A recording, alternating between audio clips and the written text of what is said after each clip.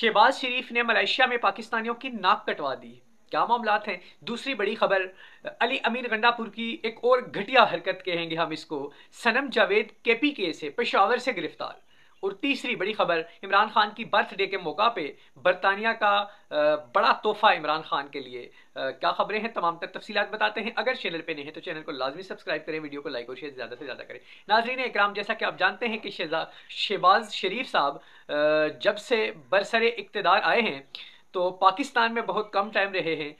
ज़्यादातर वो foreign tours पे ही हमें नज़र आते हैं। शायद ही कोई ऐसा मुल्क रह गया हो जिसमें शहबाज शरीफ ने कदम रंजा ना फरमाया हो, जिसको शहबाज शरीफ ने रौनक ना बख्शी हो जाकर और अपने लतीफ़ों के साथ। और बेगर्स कांट बी चूज़र भी एक उनका मशहूर ज़माना, उनकी पहचान खैर ये लाइन बन चुकी हुई है। तो जिस भी मुल्क में जाते हैं वो खुद कहते हैं कि लोग हमें देख के सोचते हैं कि शायद ये मांगने के लिए आए हैं। तो शहबाज शरीफ साहब हालिया दौरे पे अभी मौजूद हैं मलेशिया में।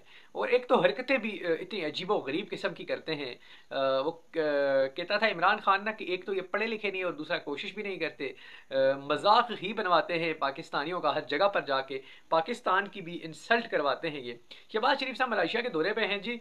तो वहाँ पे मलेशियन जो है उनका सदर, उसके साथ खड़े होकर इकबाल का शेर उन्होंने पढ़ा।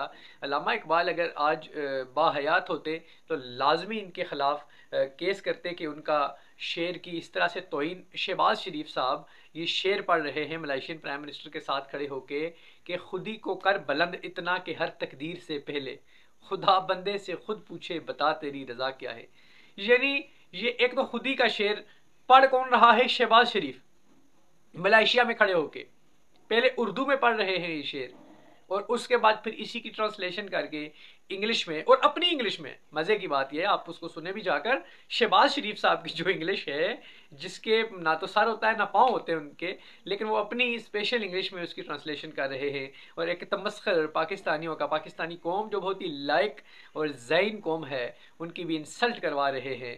तो जहाँ पर भी जाते हैं कोई ना कोई लाजमी ड्रामाबाजी ये करते हैं। ये एक लतीफ़ा ही था, मैंने कहा आपसे शेयर कर लूँ। दूसरी बड़ी खबर नाज़रीन इकराम, अली अमीन गंडापुर।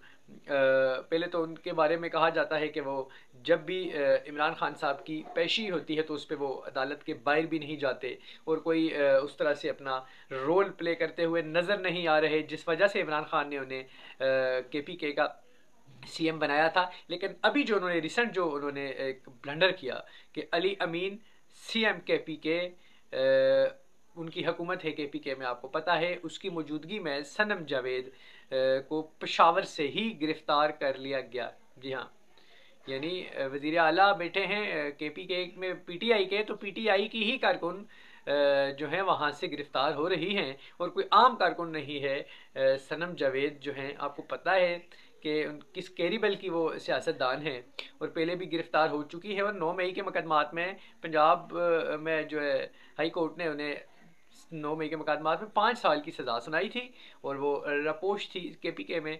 तो कल उनको गिरफ्तार कर लिया गया है। तीसरी जो बड़ी खबर है, जल्दी से मैं आपके साथ शेयर करता चलूँ। इमरान खान की बर्थडे के मौका पर, जी हाँ, इमरान खान के बर्थडे के मौका पर उन्होंने एक तो केक जो जगह जगह पर काटे गए, और इमरान खान को अंदर बताया गया कि खान साहब इतने ज़्यादा केक जो पंजाब में हैं सिर्फ काटे गए हैं, उनका भी आप अंदाज़ा नहीं लगा सकते हैं। इतने केक बिके हैं उस दिन के, यूँ के तो गलत नहीं होगा कि वर्ल्ड रिकॉर्ड ना सही पाकिस्तान का रिकॉर्ड ज़रूर टूटा है। फिर KPK में, सिंध में, कश्मीर में, दीगर जगहों पर उनके बर्थडे के मौका पर केक काटे गए हैं। और बरतानिया के हवाले से इमरान खान ने अपनी बर्थडे के मौका पर जो पैगाम दिया, क्योंकि आपके जो मोहसिन नकवी साहब हैं, उन्होंने एक बार 2 बार ये पूछा कि इमरान खान कहते हैं कि मुझे ऑफ़र की गई कि आप बैरून मुल्क चले जाएं, तो ये ऑफ़र किसने की? इमरान खान नाम बताएं। तो इमरान खान ने बता दिया कि बर्थडे के मौका पे उन्होंने बताया कि बरतानिया के जो वज़ीर ख़ारजा हैं, उन्होंने मुझे मार्च 2023 में जब मैं गिरफ़्तार हुआ तो मुझे ये ऑफ़र की थी कि आप चाहें तो हम आपको रिहा करवा दें, आप चाहे पाकिस्तान में रहें या बाहर चले जाएं, आपकी मर्ज़ी।